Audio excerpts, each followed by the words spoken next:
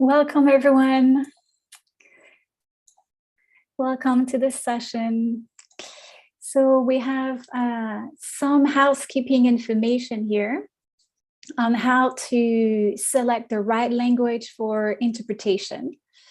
So as you can see on the slide, you can go down on your Zoom screen to select the, click on the interpretation icon with a little globe, and then you can select the right language. I would like just to highlight that for this session, we have a French speaker. So English speakers, feel free to select the English channel so that you can follow everything in English. We have also a few more information here. So if you want to find the captioning, closed captioning, this is available in the session. You can click on the author button on the top left of your screen so that you can view the live transcript in English. You also, just to let you know, the session will be recorded and will be live streamed on Facebook and on YouTube as well. So just to keep that in mind. And so feel free to keep your video camera on if you like, and just remain muted for the duration of the session. Actually, this is a webinar mode, so I don't think you can unmute yourself. But feel free to use the chat to communicate with us, and also to use the Q&A button at the bottom of your Zoom screen. So if you want to ask any questions. So this is how we will communicate. We have this Q&A little icon at the bottom of your screen, so you can use that one to ask any questions throughout the webinar.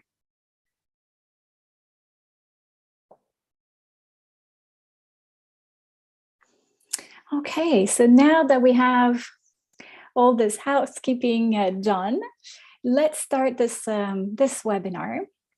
So I'm very pleased to welcome you all to this session on child participation in design and implementation.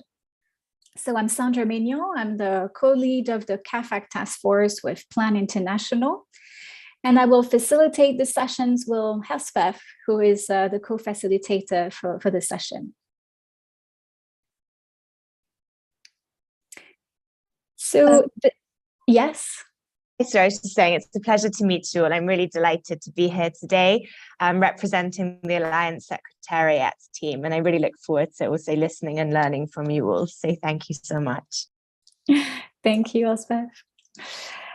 Right, so this session is aligned with the strategic priority on accountability, which is the second strategic priority of the Alliance. And today we have a special focus on accountability to children in involving them in program design and in implementation. And so throughout the session, we're going to have a few panelists. We're going to talk about their experience in involving children in design and implementation. So before we start, we would like to know where you are in the world. So you will find in the chat a link to Mentimeter. So this is this, yes, thank you. This is this link where you can locate yourself on the map so that we can see where you are working. So let's take a minute to do that so that we know who is in the room, where you're attending from.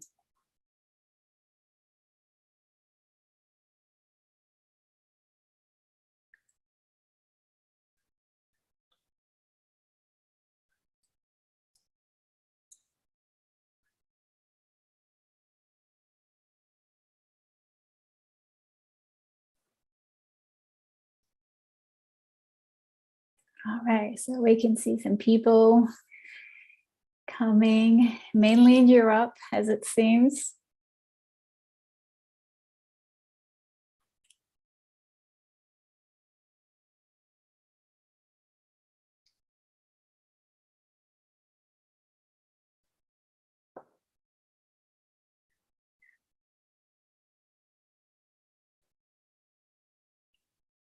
Right, so mainly European this morning. This is definitely a bit early for the Americans and Latin Americans. So welcome you all to this session. So now I'm very pleased to welcome our three panelists for this session. So let's move back to the slides and have the second slide with our panelists.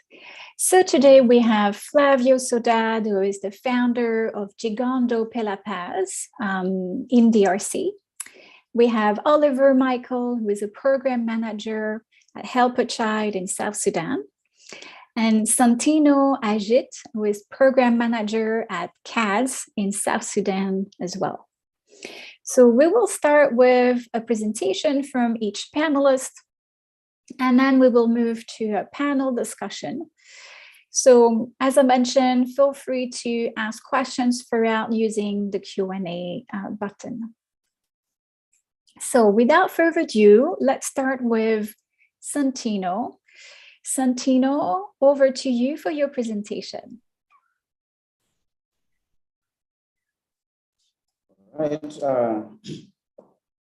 Thanks to the panelists of today's shall participations and involving in implementations of activities. CATS is a national NGO in South Sudan. It's working in the following areas in South Sudan. One, it is in a will. It's also in LOL, WOW, Joint, Willis, and West counties.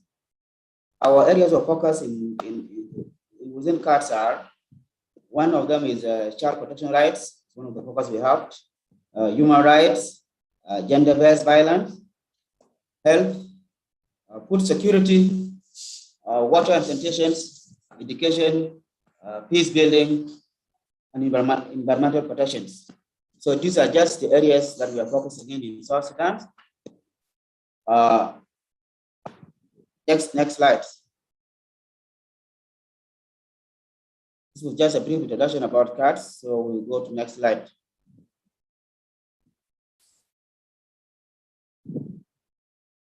Over to you. Next slide, yeah, Sandra. Okay, as you can see over here, back slide one, the first, go back one slide. Previous slide. You project the previous slides. So, like I said, probably, as you can see here, this is the map of South Sudan, and that where we are operating in. Okay, this is what I was talking about. Here you can see this is the school in South Sudan in a will. It's called Santino Ajith School.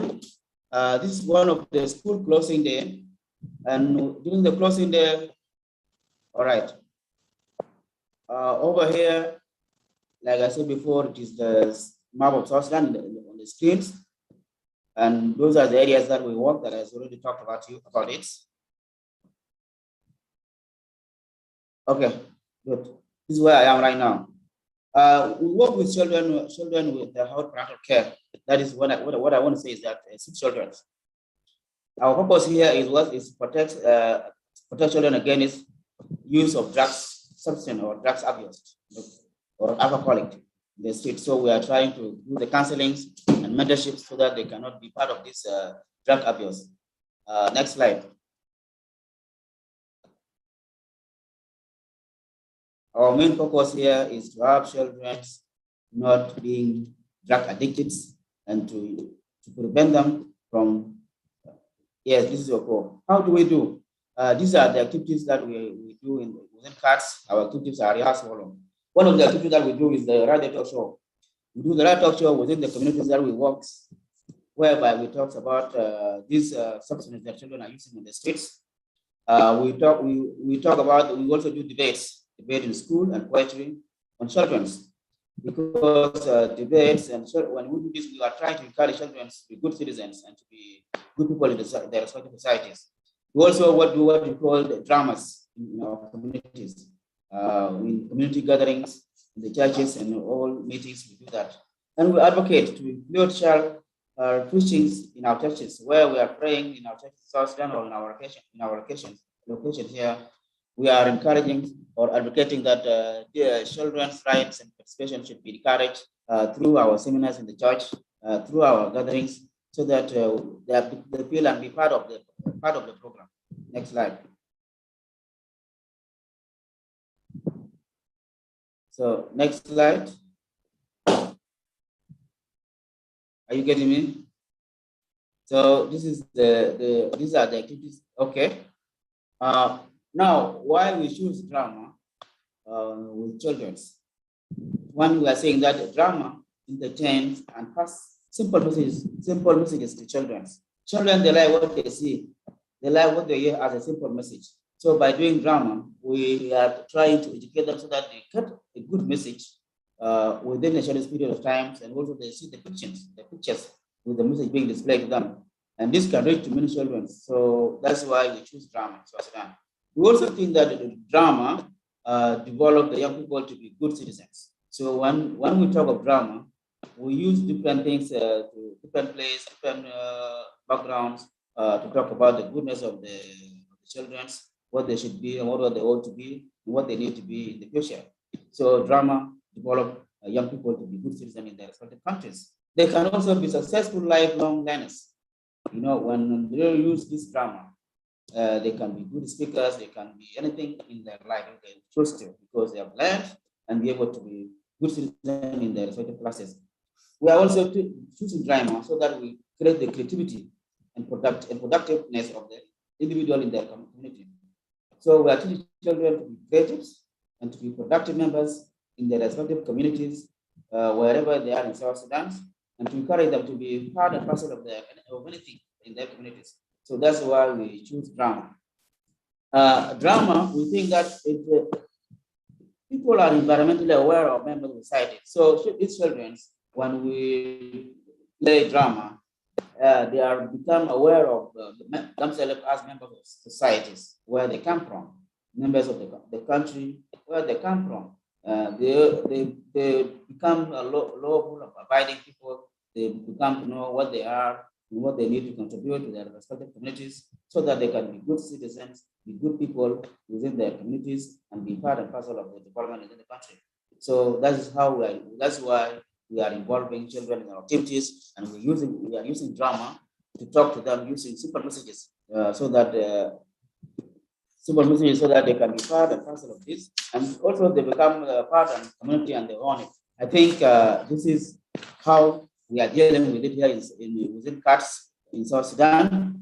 We talk so much about, we like children a lot, and we call them part of it in the presentation, in part of our activities. The reason is that we want them to be to move away from the city where they are now. As you can see, many of them what other people CATS work with children, and most of the children, some of them they are single parent, or they're orphan. They have no mothers, and maybe they have no parents, single parents, and to involve them, so they feel hopeless in their communities, because they cannot afford to go to school.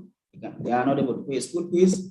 They are not able to do this, so the only option they choose is to go to the state.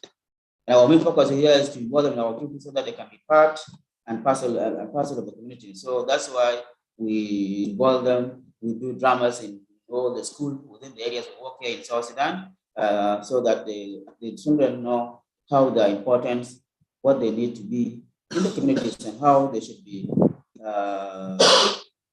respected, and also they should work with people to be part of this. I think this is part of my presentation today.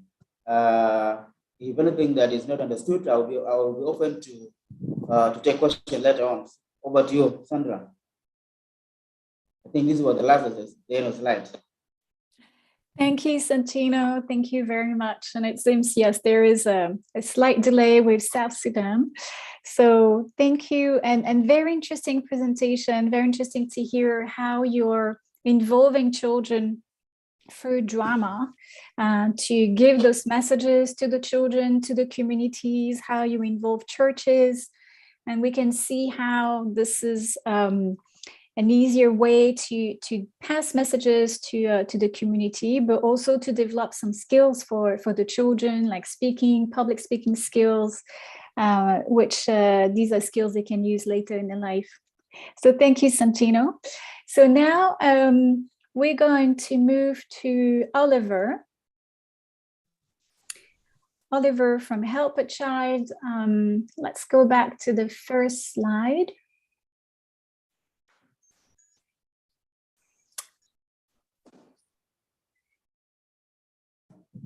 Sorry, the first slide for Oliver. Yes, that one. Oliver, over to you.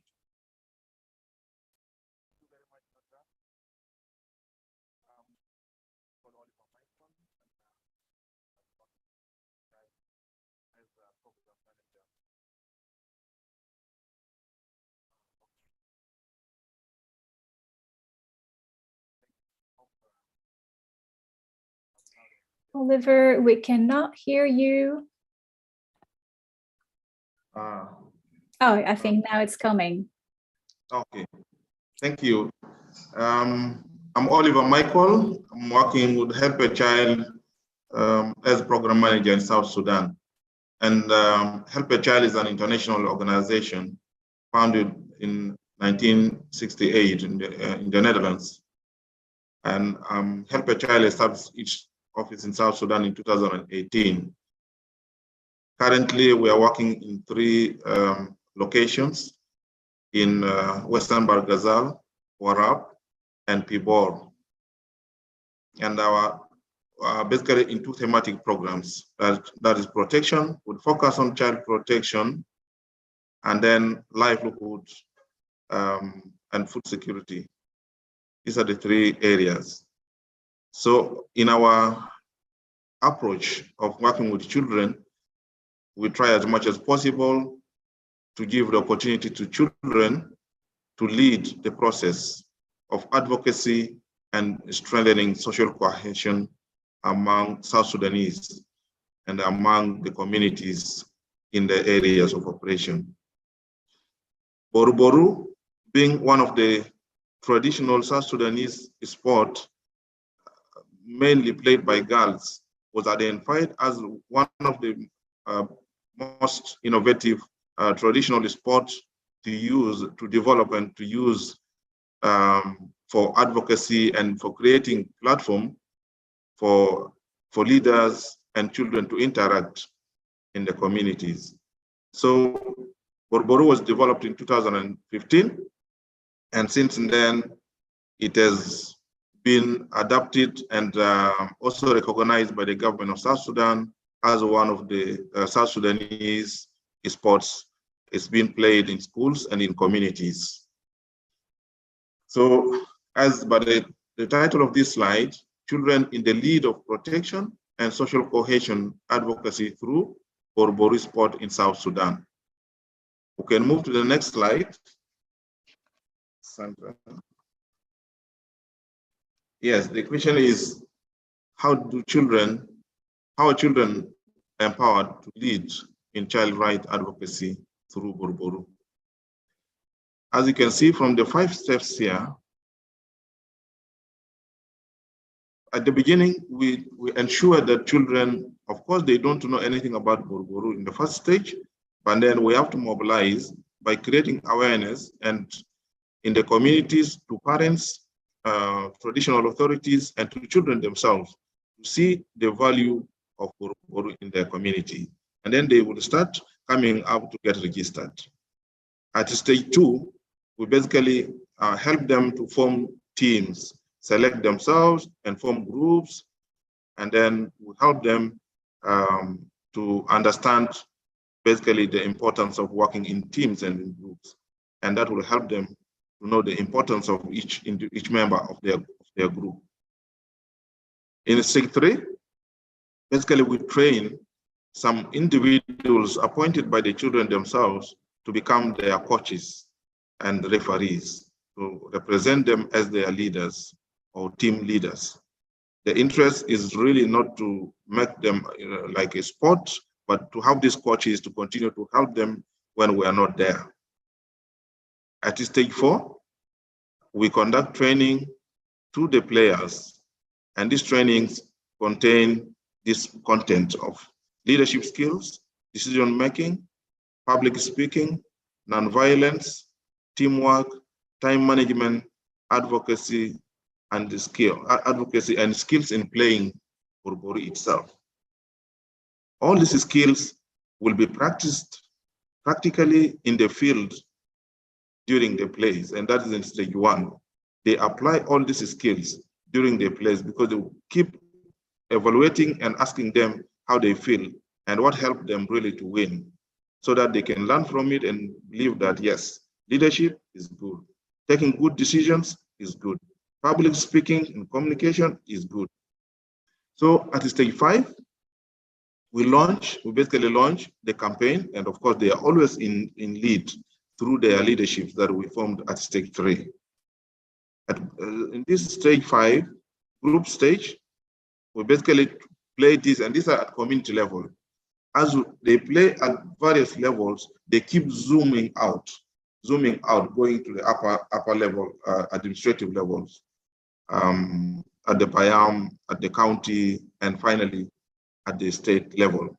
And at the state level here is the largest platform, attracting all the state leadership, the county leadership, and then NGOs and the churches, all of them, the school administrators will meet here, and parents, of course, to come and enjoy the Boruboru itself, but also to contribute to the platform and listen to children sending them messages through banners, brochures, and songs, and speeches.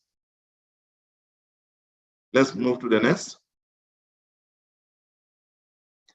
Yes, what are the benefits of Boruboru? Why Boruboru? Boruboru is important because it increases participation of children in protection, and for sure it does. Boruboru also inspires and builds confidence and self-esteem, especially with girls in our communities here, especially in the rural areas, to develop lobby and advocacy skills among children. It also increases the understanding of the rights of children. It creates platforms for children to interact with their peers, parents, community leaders, and public officials. Boruboru also creates massive awareness about the rights of children to reduce negative cultural practices. Boruboru strengthens social cohesion among children and inter-community interactions to reduce and prevent conflicts. Boruboru, the last point, is Boruboru reduces on the widening gender gap in the communities, especially in sports or generally in the roles of women and girls in the communities. That's why we said, well, let's use this approach which the communities can identify themselves with it, and they will love it definitely. It's something that they have known. Next.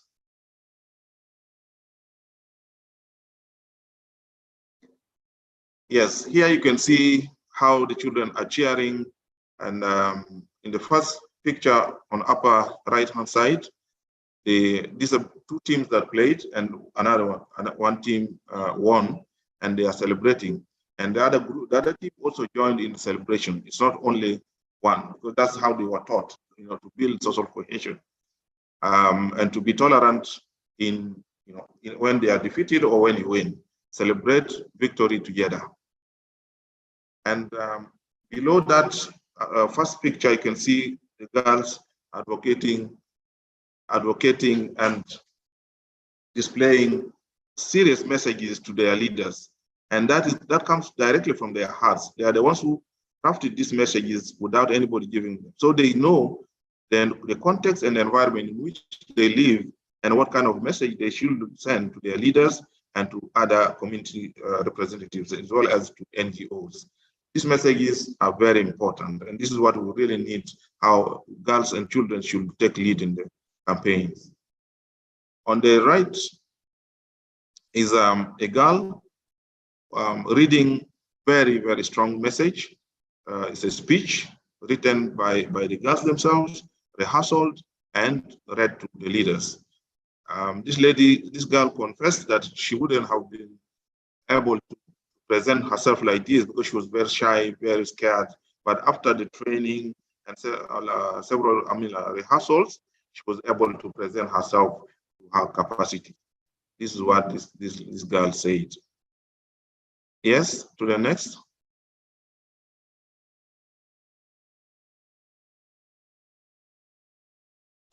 Yes, here you can also see the impact of the platform that is created by Boruboru. And these girls here on the right side, on the left side, they're displaying messages about the issues that affect them directly and what kind of solutions they need. Because in this community, girls are married off as early as, or booked for marriage as early as 10 years. And then, of course, they want liberation. They need liberation, and that's why they're sending these messages. On the right, these are some messages written and designed by the girls themselves and handed to county leaders. And the executive director of Help a Child on the extreme right is holding a message from a child saying, I wish to work for Help a Child in future. And that message is very important, that they know their rights and exactly what they want to do, and they're trying to visualize their future. That's all from me. If there are questions, follow-up comments, you're most welcome. Thank you. Thank you very much, Oliver. Very inspiring. And I love how you use sports really as a way to empower girls, to empower children as advocates, and how you can build their confidence, right? We can really feel that in your presentation. And also how you contribute to change social norms, right? And involving these girls and making them agent of change in their communities. So it's very inspiring. Thank you.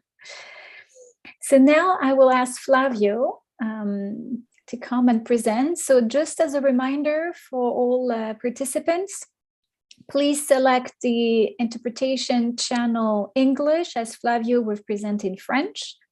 So click on the icon, the globe icon at the bottom of your Zoom screen and select the English channel if you want to follow in English.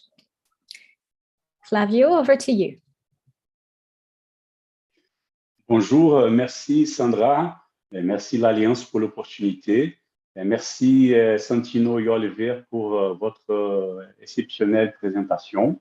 Bon, Gingando pela Paz, c'est une RDC, c'est une organisation de droit congolaise qui utilise la capoeira dans la prise en charge psychosociale des enfants touchés par la violence armée. On était enregistré en RDC depuis 2020, mais nous pas commencé au Brésil en 2005, où nous avons lancé ce mouvement que nous appelons Gingando pela Paz, dans une marche pour la prohibition de commerce d'armes à feu au Brésil.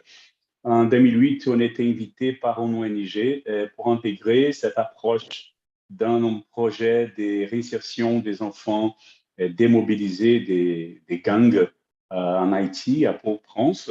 Et à partir de ce moment, nous avons débuté le développement de notre méthodologie qui intègre tout à fait les enfants et les jeunes dans toute l'étape. Donc, dans notre méthodologie, si on peut passer les slides, s'il vous plaît. Deuxième slide, s'il vous plaît. Dans notre méthodologie, on a réfléchi la protection. En fait, on a utilisé la capoeira, même si la capoeira, depuis des années, elle a été développée par les personnes plus vulnérables et pour favoriser les plus vulnérables. On a dû réfléchir la capoeira dans la protection des enfants. Et en réfléchissant la capoeira dans la protection des enfants, on arrivait à un modèle, en disant, de protection de notre stratégie d'intervention, on peut passer, qui est basée sur 3 piliers. Le premier, c'est la famille. On peut passer, s'il vous plaît. La communauté, on peut passer. Et la capoeira, c'est la troisième. Et dans ces descentes, on reste là avant, on revient derrière, s'il te plaît. Bon, on peut avancer. Ce modèle de protection, il est basé sur les besoins des enfants, c'est-à-dire qu'on écoute les enfants, nous sommes à côté des enfants tous les moments, parce que, bon, la vie, avoir la vie, c'est un droit, mais rester vivant, pour beaucoup des enfants, c'est un privilège. Et avec la capoeira, on arrive à collaborer à la construction d'un espace sûr qui intègre la famille, c'est la cellule de la société, la cellule de la communauté. Et la communauté, et dès qu'on parle des communautés, on parle des écoles, on parle de l'église, on parle de tous les agents qui intègrent la communauté, même les personnes qui sont en train de vendre des choses dans la rue, comme c'est le cas d'Haïti, comme c'est le cas de la République démocratique du Congo, où le travail informel, il est là, présent. Et les gens qui sont dans la communauté, elle est invitée et sensibilisée à travailler dans la protection de ces enfants pour que ces enfants-là puissent avoir une protection, l'accès à l'information, surtout pour se développer. Donc, depuis en Haïti et surtout avec l'expérience en République démocratique du Congo, où on est arrivé en 2014 à travers l'invitation de l'ambassade du Brésil et de l'Association mondiale des amis des enfants, l'AMAD, notre bailleur aujourd'hui. Et on a vu qu'il faut aller au-delà de la protection et travailler pour que ces enfants-là, en plus de recevoir les informations, pour que ces enfants-là puissent agir.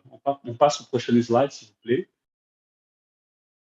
C'est important vraiment de voir ce modèle de protection parce que ça permet aux enfants vraiment, comme je dis avant, d'être intégrés dans un espace sûr, de recevoir des informations qui lui permettent de réfléchir et après d'agir dans sa protection. Donc, pour Gingano pela Paz, RDC, l'enfant est le principal agent de sa protection puisque c'est lui qui est tout à fait dans la communauté tous les moments. Et en fait, dès que l'enfant et tout de suite l'adolescent et les jeunes, il est conscient de leurs droits et qu'il reçoit des outils, il est capable vraiment d'être le premier agent de sa protection. Donc, la capoeira, dans ce contexte, il vient pour contribuer à renforcer la famille et la communauté à travers le renforcement de la famille. Nous travaillons surtout avec les parents, les enfants qui ont des parents, pour permettre de reconstruire les liens de confiance, parce qu'après, avec la violence, et on voit ça dans différents pays comme la RDC, comme Haïti et même au Brésil, dès que la violence s'installe, les liens de confiance s'est cassé, et là où la capoeira essaie d'intégrer la réponse. On peut passer, s'il vous plaît. Et donc, on arrivait à un modèle d'intervention, de protection, mais on a remarqué qu'on devrait réfléchir le développement de l'enfant pour comprendre d'abord comment se passe le traumatisme, si on parle des enfants démobilisés des groupes armés, si on parle des filles survivantes des violences, et si on parle aussi avec d'autres enfants, comme les enfants en situation de rue, avec nous travaillons aussi à Goma, en RDC. Donc, on était invité à comprendre un peu comment se passent les processus de traumatisation pour déconstruire ces processus de traumatisation. Et on arrivait à notre modèle divisé en 4 étapes. Donc, par exemple, dans la détraumatisation d'un enfant qui était mobilisé pour un groupe armé, il est en principe, avec tous ces traumas, il est dans les niveaux personnels parce qu'il est enfermé en soi-même.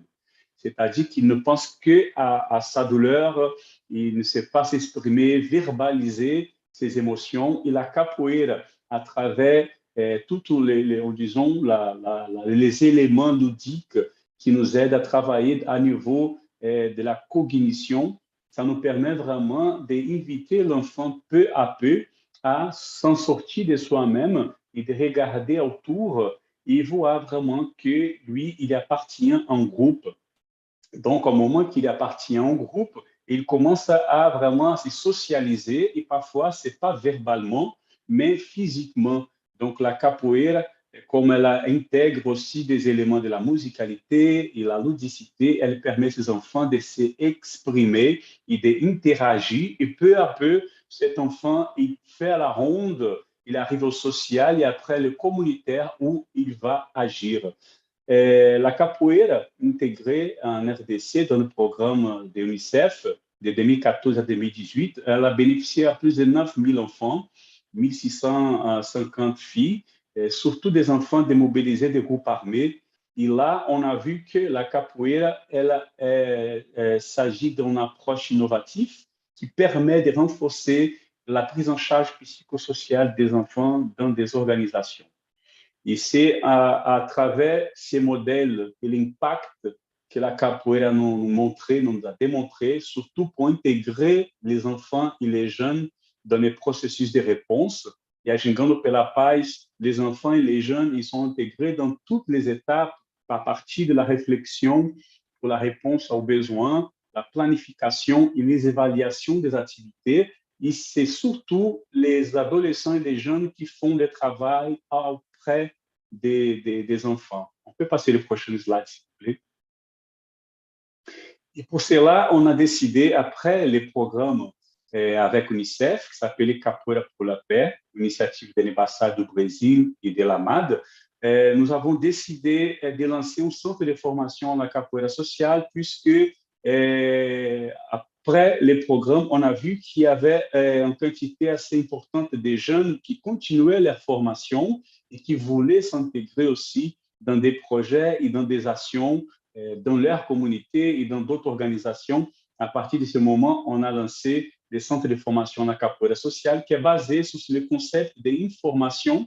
C'est l'intégration, la formation, c'est-à-dire de donner et partager des informations de qualité pour que les enfants et les jeunes puissent développer leurs capacités, mais surtout des réflexions, c'est-à-dire ça va au-delà de la capoeira, qui en principe, c'est que les gens comprennent la capoeira un peu comme un art martial, mais dans ce contexte-là, nous utilisons la capoeira dans la profession, et c'est pour ça qu'on nomme la capoeira sociale. C'est la capoeira dans une vision plus holistique. Et dans les centres de formation, après intégrer, on forme ces enfants en plus que la capoeira, la pratique traditionnelle avec tous ces éléments ludiques et pédagogiques qui intègrent la capoeira. On intègre aussi des formations en droits humains avec une spécificité dans les droits des enfants et droits des femmes, puisque à Gingando pela Paz, nous avons une attention particulière aux femmes pour appuyer leur épanouissement. Et après toutes ces formations, on passe à l'action. Donc, pour vraiment utiliser un peu la pédagogie de Paulo Freire, c'est un pédagogue brésilien très connu, pour donner le significat de toutes ces informations et pour que l'information puisse retenir et devenir vraiment en action. On réalise avec ces jeunes-là des différentes actions, en plus que la formation des enfants en situation de rue, des enfants démobilisés des groupes armés, des filles survivantes des violences sexuelles et d'autres enfants avec d'autres vulnérabilités en partenariat avec d'autres organisations internationales et nationales. On donne l'opportunité à ces jeunes-là de participer à la construction, de la promotion du dialogue et la construction de la paix. Prochaine, s'il vous plaît. Et tout ça en revenant au début, parce qu'en utilisant toujours la ronde, qui est un des symboles plus anciens, surtout en Afrique, on revient au début. Et tout ça, c'est pour vraiment permettre la construction des liens de confiance, parce que c'est à partir des liens de confiance que l'enfant et que les jeunes ils vont réussir à se reconstruire son identité après avoir passé un moment de traumatisme, et la confiance qui va permettre vraiment à ces enfants et ces jeunes de participer dans la communauté et de reconstruire les liens de confiance. Et c'est ça qui va permettre à la communauté de faire face à toutes les menaces et à tous les défis qu'ils ont dans le quotidien. Donc, je voulais vous remercier pour cette opportunité. Je suis là pour toute question. Merci Sandra et Alliance pour cette opportunité. Merci. Thank you, Flavio, for this excellent presentation. Very interesting to see how you're using the social capoeira as an entry point and engage children as really agent of change, right? So it's not only them being recipient of support, but it's also giving them the tools so that they can protect themselves. And yeah, I was very interested to know like how you use social capoeira also to socialize children, to give them ways to express themselves, and particularly for the children associated with armed forces and armed groups, we know how difficult this is to engage them. So I can see how they would really like capoeira as a way to express themselves in a non-violent way. So very good presentation. Thank you, Flavio. We can see also the link with the other presentations on how to use sports, how to use drama, how to use capoeira to engage children, to be agent of change. Thank you. So now we would like to hear from you, participants. And so we have a couple of questions. The first one is, have you already engaged children in the design of programs? So you will see those questions popping up on your screen. So this is a Zoom poll. So you don't need to click on anything, but just answer those two questions. So with a yes or no. So have you already engaged children in the design of programs? And the second one is engaging children as leads of activities. So you see like there are, we'll look at two different entry points. One is the children, and as you conceptualize your program, if you engage them, or if you engage them more as leads of activities. So feel free to click the yes or no answers.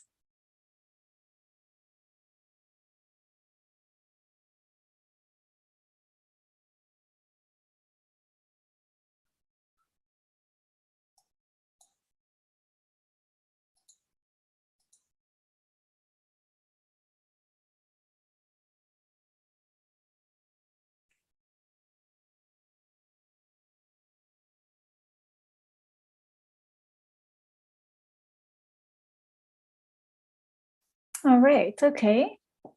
Do we have any results to share?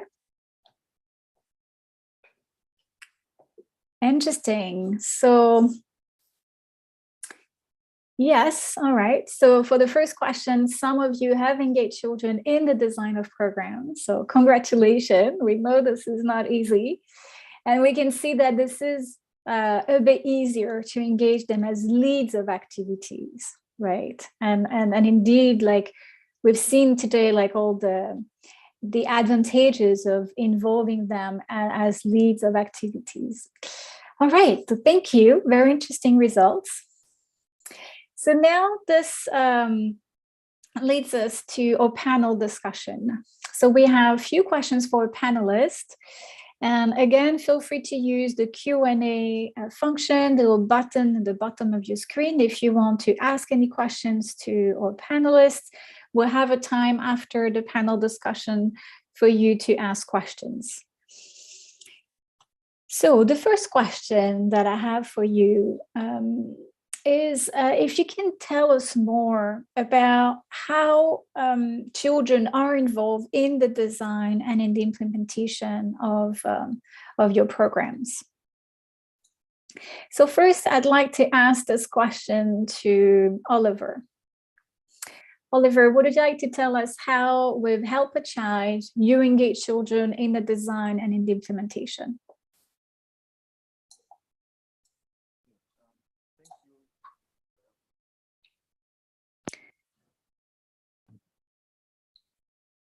Thank you very much for the question, Sandra.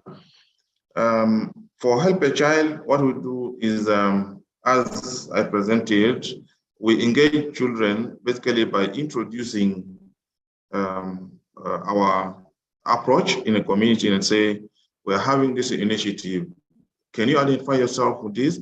They'll say, yes, we know Boruboru. Traditionally, we know Boruboru, but we didn't know that Boruboru could be developed to this level. So now would like to register to get engaged in this process. So, and then they obviously will start coming to our child-friendly space center to register, and then we'll start training them on, you know, the rules and guidelines of how to play Boruboru, and then select their own leaders, their own coaches, their referees, and we train them, and then they start leading the process from there.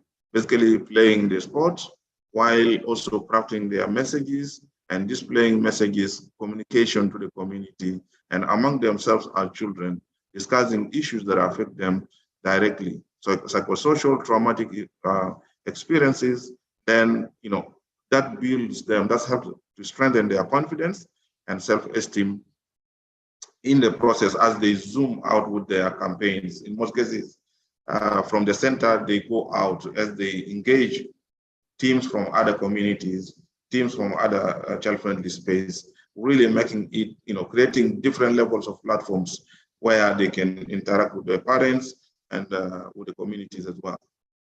So this is how basically our role as Help a Child is to strengthen their capacity, their competencies, and then guide them through, and then they are in the front line.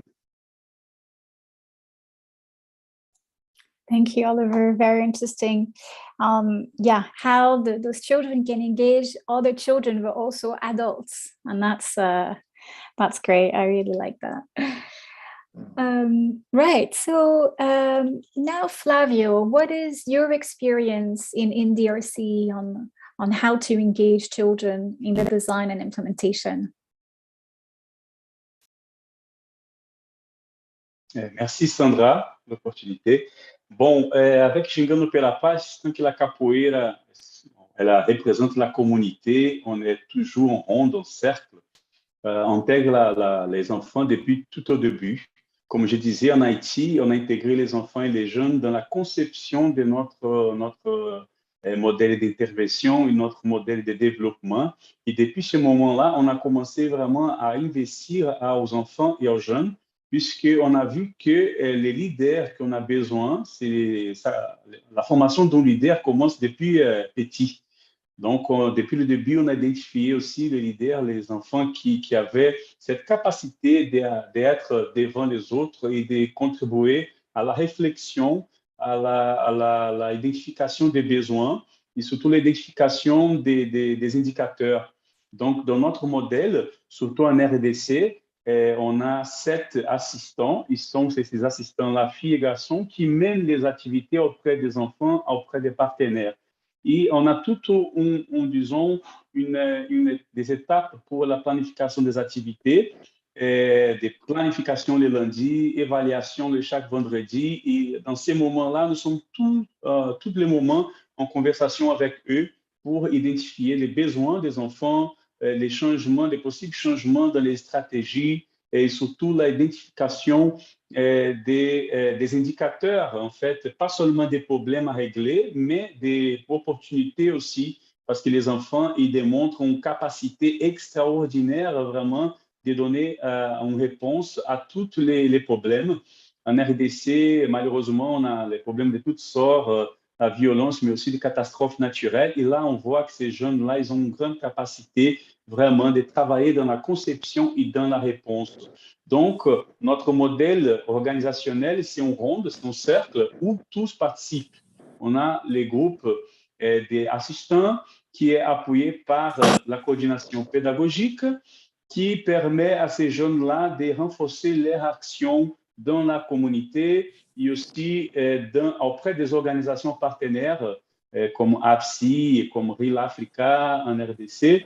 Donc, les jeunes et les enfants, ils sont intégrés tous les moments dans la conception, dans la réflexion des activités basées déjà sur notre modèle qui était développé ensemble avec les enfants et avec les jeunes depuis Haïti.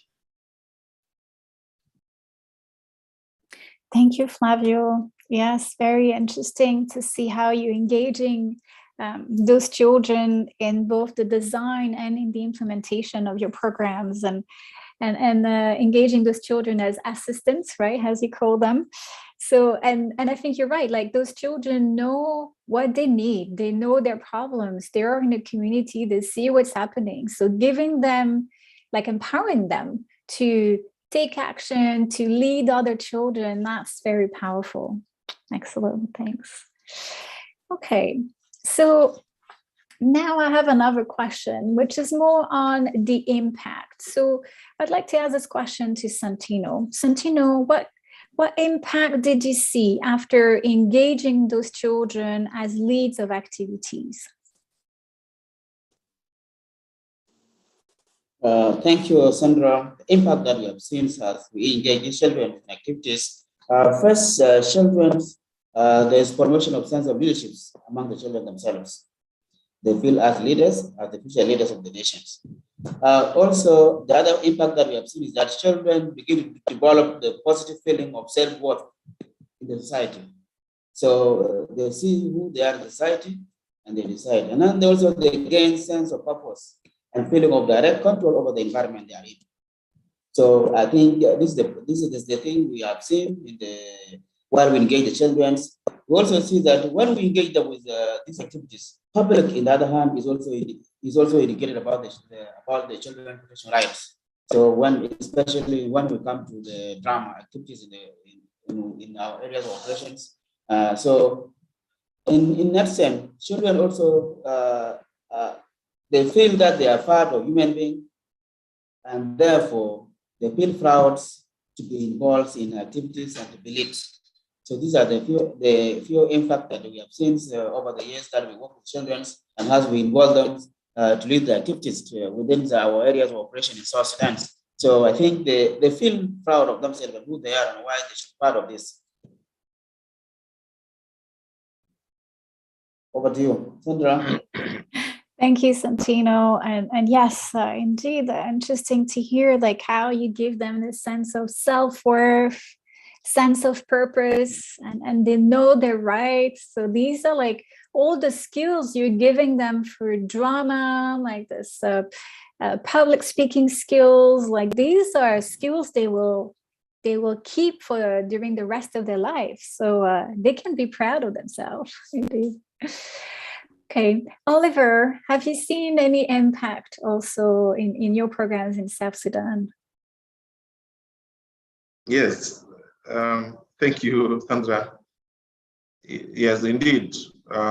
We started seeing changes in in the children right from the community-based identification process.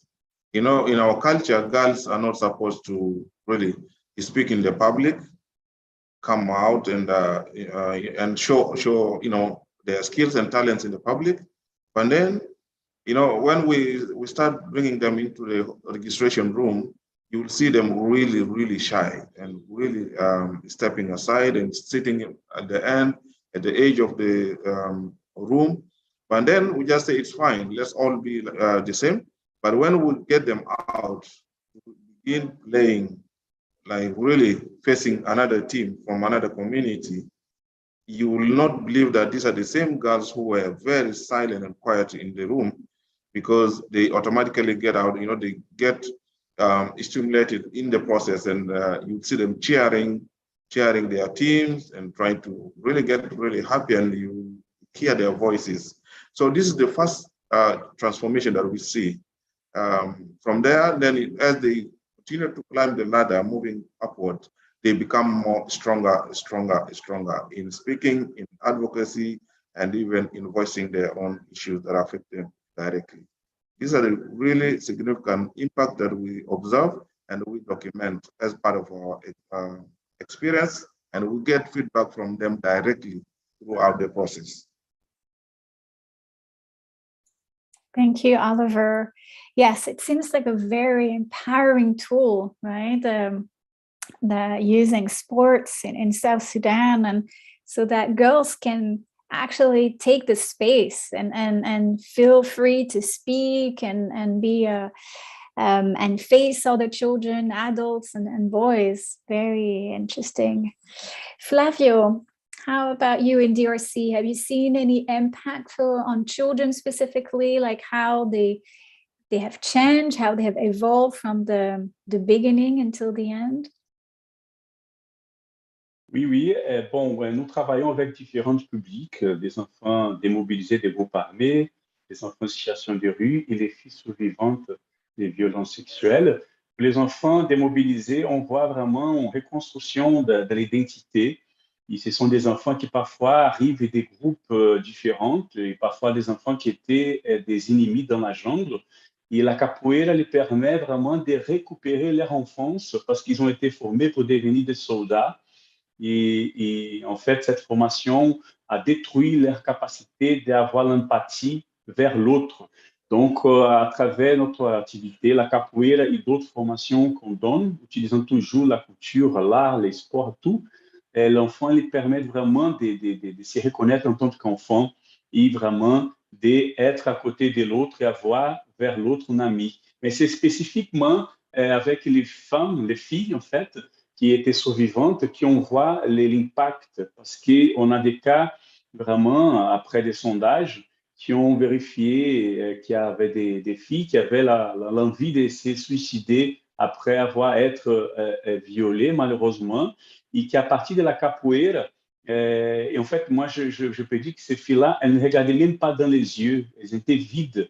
Et la capoeira permet, en premier moment, d'intégrer ces filles-là, de les recevoir dans un espace sûr où elles peuvent s'exprimer en principe physiquement. Et après, on voit que les filles commencent à prendre conscience de soi et surtout la conscience que leur propre corps l'appartient.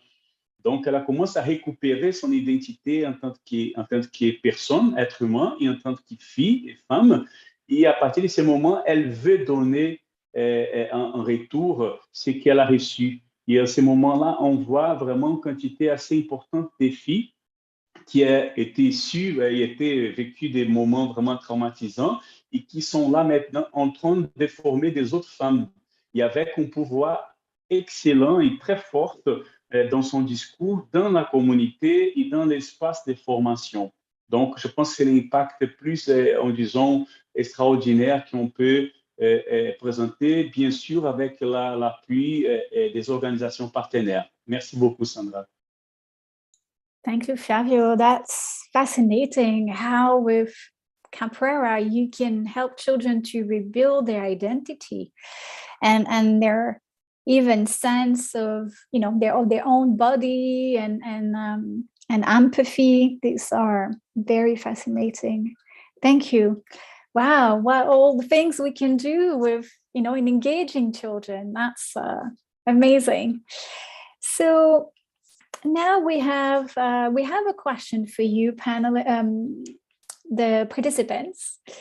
We know that engaging children in activities is not always easy, and there are a number of challenges. So you will find in the chat the link to Mentimeter so that you can share your experience in terms of the challenges that you have faced. And so feel free to share your experience using the Menti link. I think you have the link in the chat. You can also see on the screen.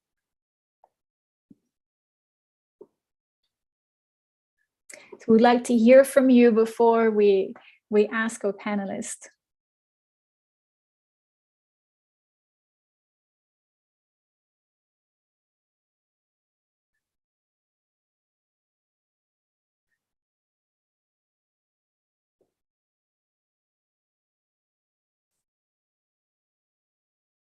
So any challenges? Availability. Yes, children are busy.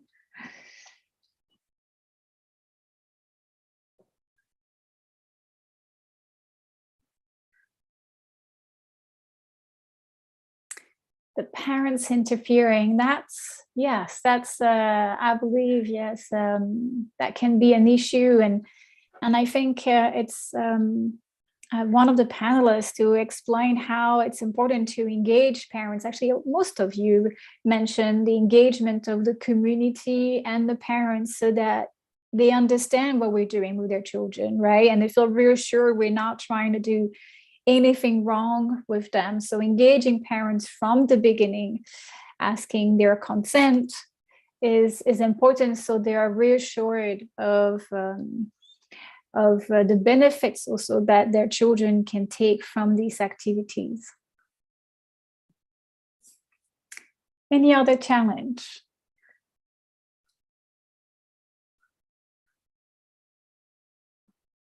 The lack of self-esteem, right? We see that often at the beginning when we start engaging those children, they're not very confident. And I think Flávio was saying that girls are hiding, and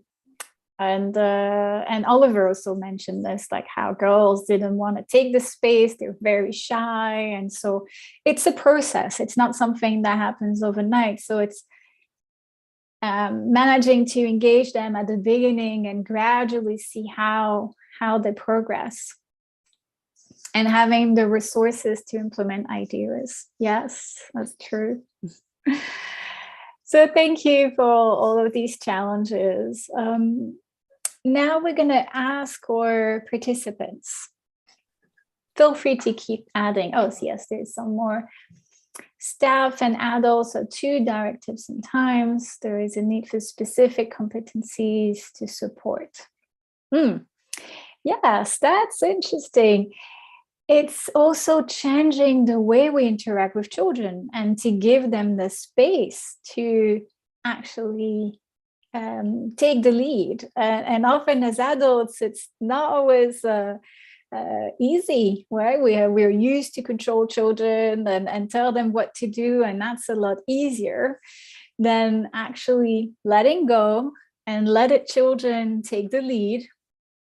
Yes, that's the process, and I guess it's also the spirit of the organization and how you transmit that to your staff. And it's like your role is not to direct or to lead, but it's more to create the space so that children can feel empowered to then take the lead, right? So that's a mind shift, I think, for a number of people. Right, so now let's hear from our panelists on this question, like in terms of the challenges that they have faced. Santino, would you like to go first on this question and share some of the main challenges you have faced in South Sudan in implementing these programs with children? Okay. Thank you, Sandra. As I said before, we work with many children. Some of the children are in schools and some are on the streets. So one of the challenges that we have faced over the years is that when you are working with these street children, you found that some of these children, they are drug addicted. So trying to move from that addiction is a problem. So we have found that it is one of the challenges that we have in working with children who are on the street because of drug they are using.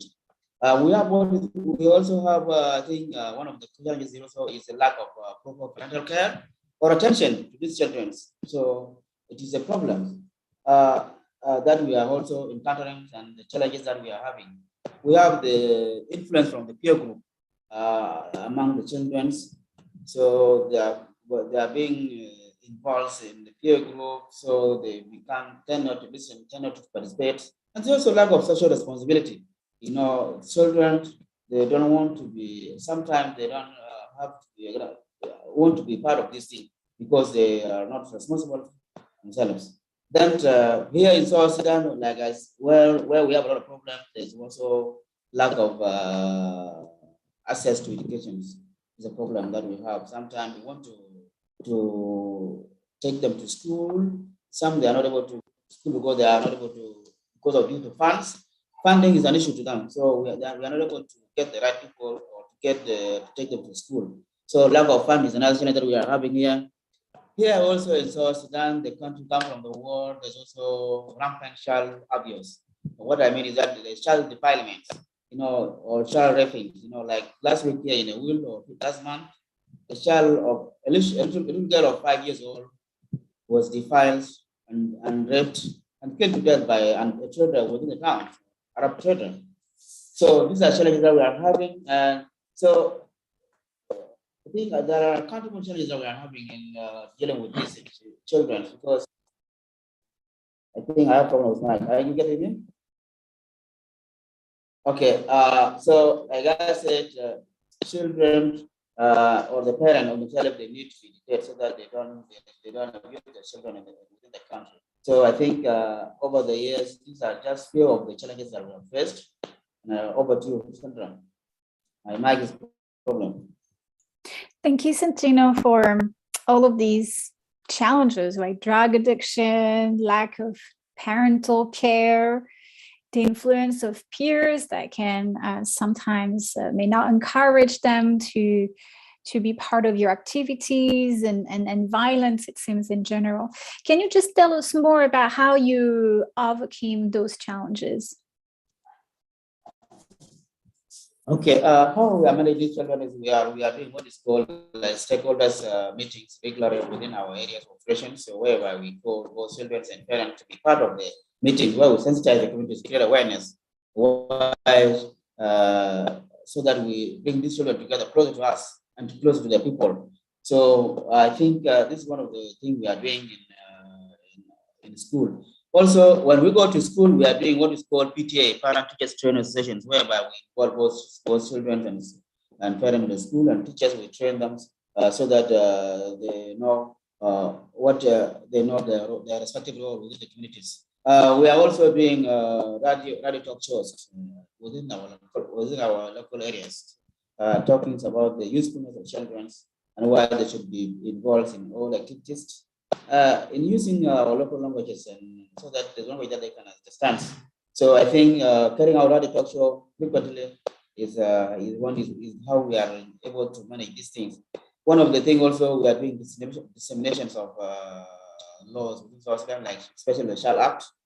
We are doing dissemination of it so that we prevent this child abuse, the rampant child abuse within the town, so that everybody understand that every child has the right to life, has the right to protection, and the right to education. So dissemination of local laws is part of the things that we are doing, sensitize the communities so that they can be able to embrace and support the children in all their activities.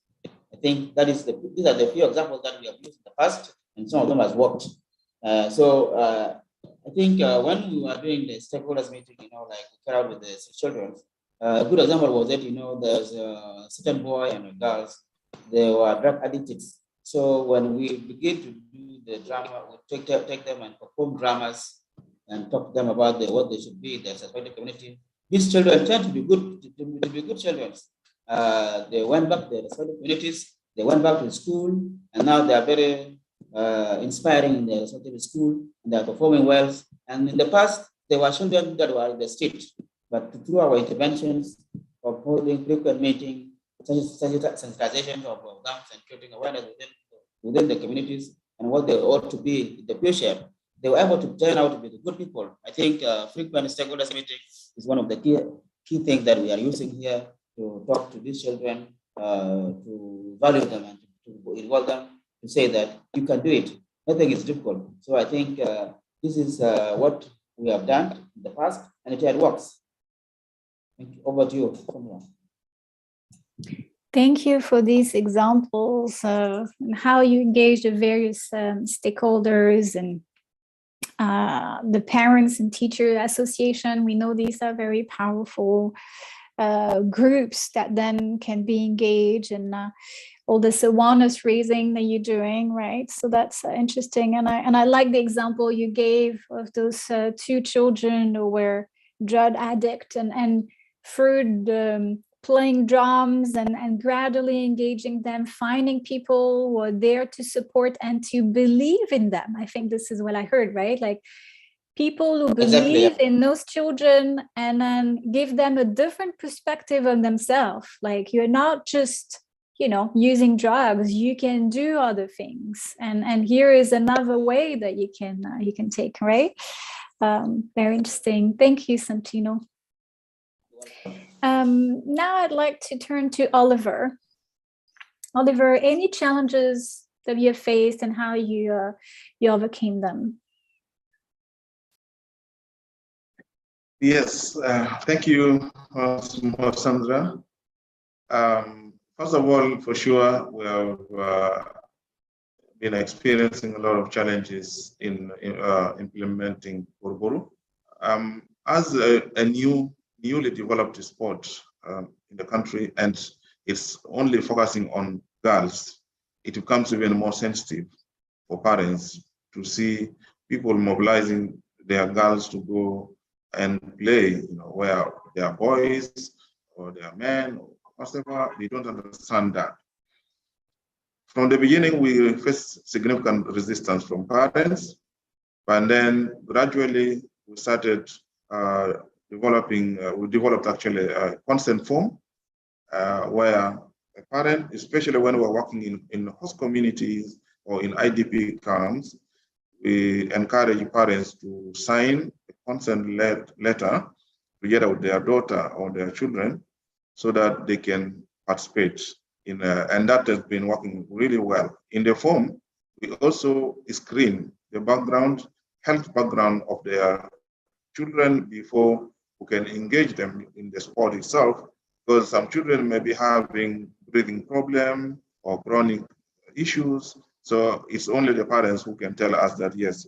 Then we will find where that child can fit. Maybe he or she will not play, but then she may still play roles in first aid, adjusting or whatever. There are other roles in the structure where we can fit the child with some problems.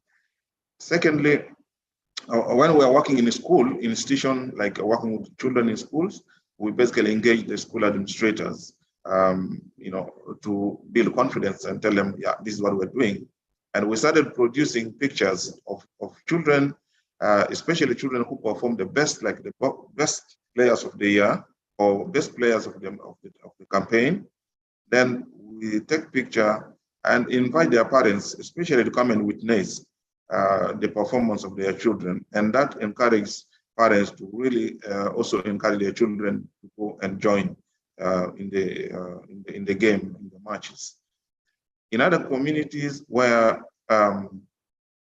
girls are booked for marriage at an age of 5 years old, that's already booked.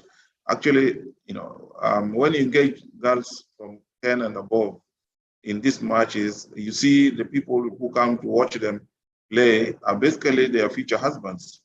So they also get a little bit resistant sometimes because even if the children are still staying with their parents, the husbands who have booked them still claim a lot of rights over them. So, and then we also invite them to come and see how we train, how we empower the girls to really to understand their rights and to play important roles in the community. And then they come, they participate, they also attend and witness. Sometimes you see them even raising up their hands to comment and to appreciate the work of Help a Child.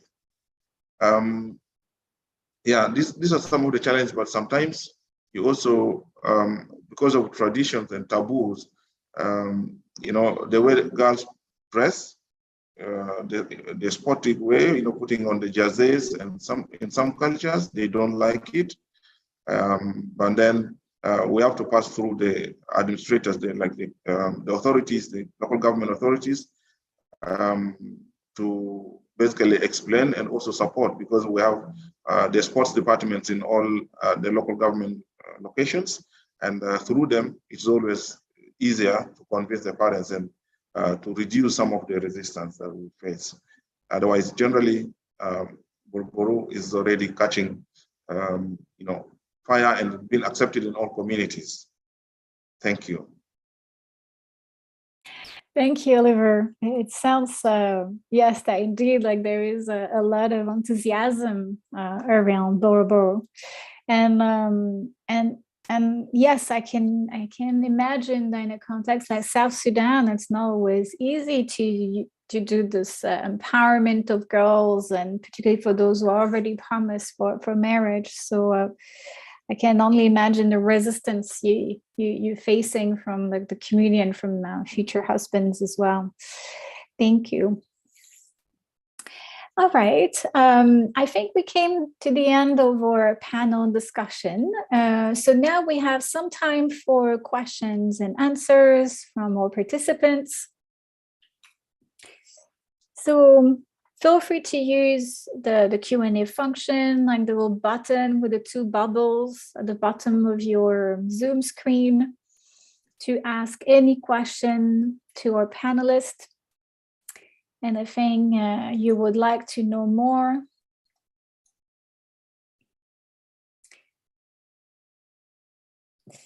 Maybe waiting for you to share some questions. I have one more question.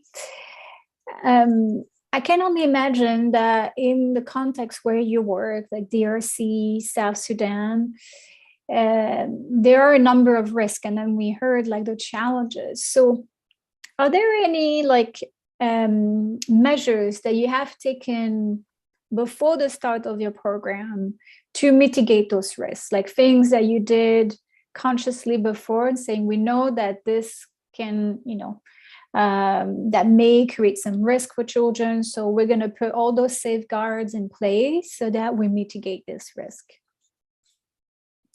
Flávio, would you like to give your perspective from DRC? Merci, Sandra. Bon, en fait, les risques, comme on a présenté auparavant, c'est des différents risques qu'on a, mais en fait, les risques qui ont fait face toujours, c'est les risques qui sont liés à la violence communautaire dans les quartiers d'où les enfants y viennent.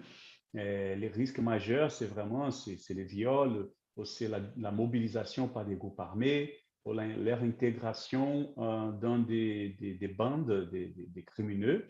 Donc, ce qu'on fait vraiment, c'est à nous approcher des parents et toujours en passant à travers les enfants. Donc, les enfants qui inspirent les parents à venir dans les réunions. On a des rencontres des parents bimensuelles.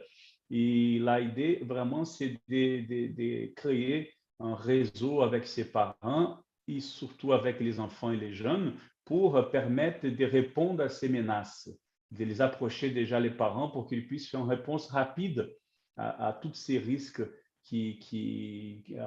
auxquels ils font face en fait toute la journée. Parce que surtout, dès que les enfants ils sont dans la rue, dès qu'il y a des enfants qui marchent 1,5 kilomètre pour arriver jusqu'à l'espace de la Capoeira, pour la formation, et 1,5 kilomètre pour entrer, surtout des filles avec des bébés, des jeunes femmes. Donc, on travaille surtout dans la sensibilisation de la communauté pour qu'ils comprennent c'est quoi la capoeira et c'est quoi que nous faisons, c'est quels les bénéfices. Donc, la capoeira, les gens, la communauté, elle est vue comme vraiment quelque chose qui est pour la paix. Donc, dans tous nos uniformes, il y a capoeira sociale, formation pour la paix. Et ça nous permet vraiment de transmettre cette sécurité vers la communauté. Et on a surtout dans des interviews, surtout avec les filles, dans des sessions visites sociales que nous faisons chaque mois, la communauté déjà les voit en tant que capoeira, c'est-à-dire ceux qui pratiquent la capoeira, et ceux qui pratiquent la capoeira est vu comme défenseur de la paix. Donc, il y a même des enfants en situation de rue qui ne sont pas encore à la capoeira, ils disent, écoute, cette fille-là, elle est capoeira, il ne faut pas les toucher. Et là, on a vu dans un sondage, une interview sociale qu'on a fait récemment. Donc, on voit aussi qu'il y a toute une idéologie, de même façon qu'il y a toute l'idéologie que les groupes armés ils ont, on a notre idéologie et on fait vraiment, on utilise notre idéologie de la capoeira pour la paix, pour la construction de la paix. Et si je suis un capoeiriste, un capoeira, je défends la paix et je suis un agent de défense de la paix. Et ça nous permet vraiment de transmettre cette protection pour ces enfants. En Haïti, par exemple, on a eu des enfants qui ont failli décéder, d'être tués par des gangs. Mais à un moment donné, quelqu'un de cette gang a vu cette fille-là, elle a dit, mais vous êtes capoeira, allez, rentrez chez vous. malheureusement, d'autres enfants qui étaient kidnappés, ils n'ont pas eu la même chance. Donc, on voit aussi qu'il y a cette compréhension de la capoeira au-delà d'espace de formation, au-delà d'une pratique technique, mais aussi dans la conception de quelque chose qui contribue avec efficacité pour la construction de la paix.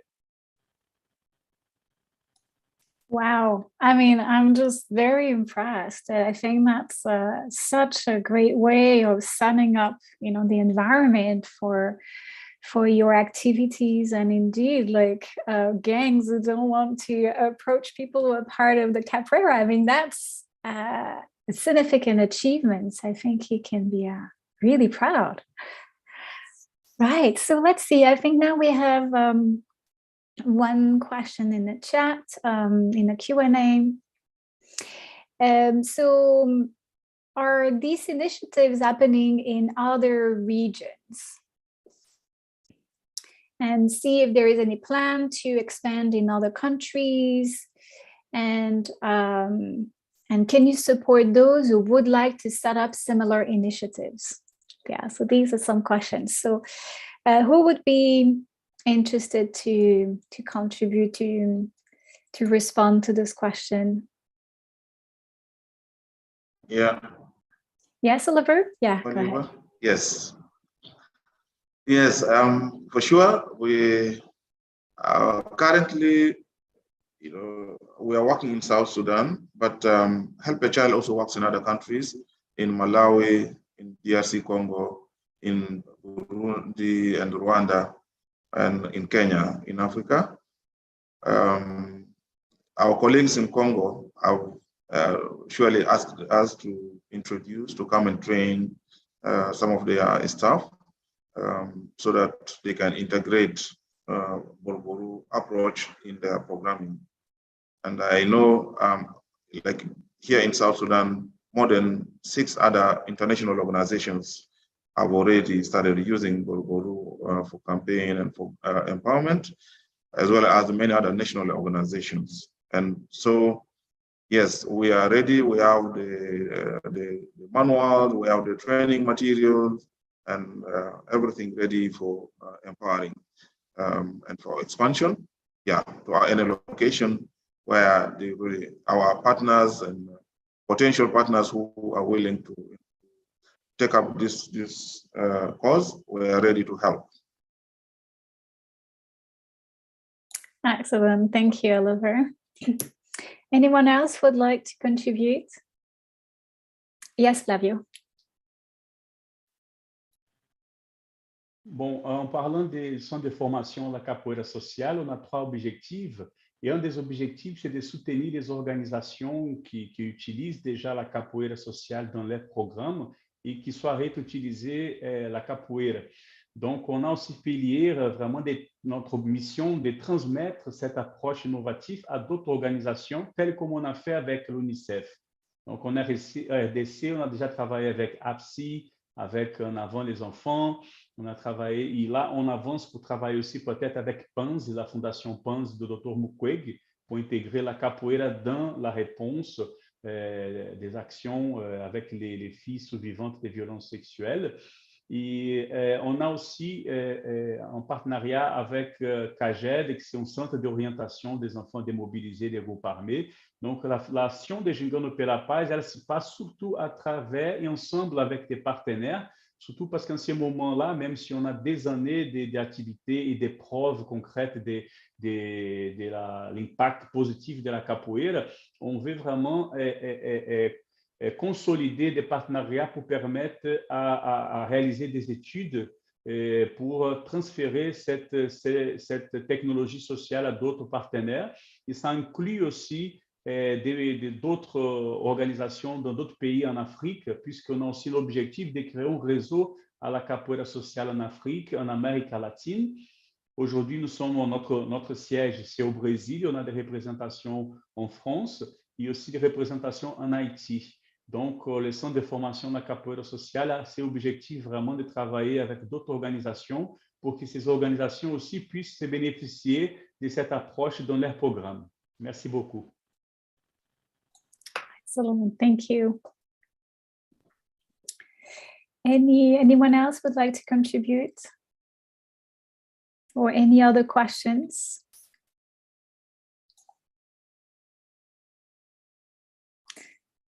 All right, I think we are coming now to the end of this webinar. Thank you to our panelists for all of their contribution, for sharing the amazing work that you're all doing. It was very inspiring, at least for me, and I believe it was for you too as participants. So before we close, I'd just like to ask you, the participants, if you would like to share with us one key takeaway, that's something that you found inspiring, interesting, something new that you've learned today. If you would like to write it in the chat, but wait, don't press send yet. Just write in the chat. And then I will give you a minute to think about something. And then we will all press send at the same time. So anyone and the panelists, feel free also to share something that you've learned today, maybe from your colleagues from the other panelists. Everyone, even the producers, if there is something that you found inspiring from this session, you can all write something. Let's see what I found interesting.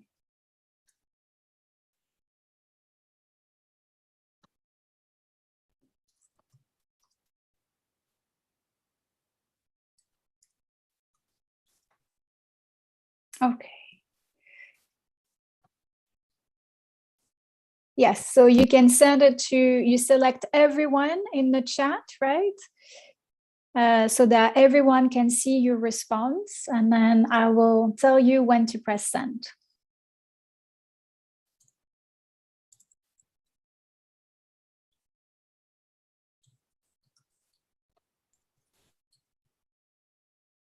All right, you're ready? Yes, you'll have written something. Okay, so 3, 2, 1, go. Let's all send. This is called like a chat fall.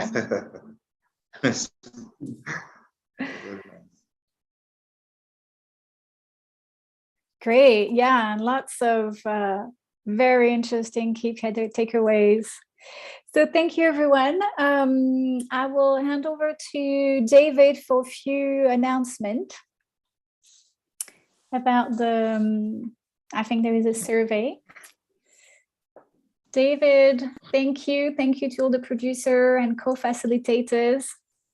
Thank you very much indeed, Sandra. And what an inspiring session that was. I'm absolutely blown away. Thank you. Thank you all to all our attendees. I've put a link into the chat for a feedback survey on SurveyMonkey, so please do go to that and tell us how you found the session. And also I would like to remind you that there is plenty to see and do in Philo. You can find there infographic discussion sessions happening. And also, if you go to the welcome page, you will find a link to the Welo virtual coffee room, where you'll have an opportunity to meet and chat with other attendees and some of our speakers as well. So please do visit those spaces. And once again, thank you to everybody here for such an inspiring session. And we wish you a wonderful rest of your day. Thank you very much indeed. Thank you very much. Thanks a lot, Sandra. Good job. Thank you. And David. Thank you. Keep in touch. Exactly. Yeah. Merci beaucoup. Thank you. Have a good rest of your day, everyone. Thank you.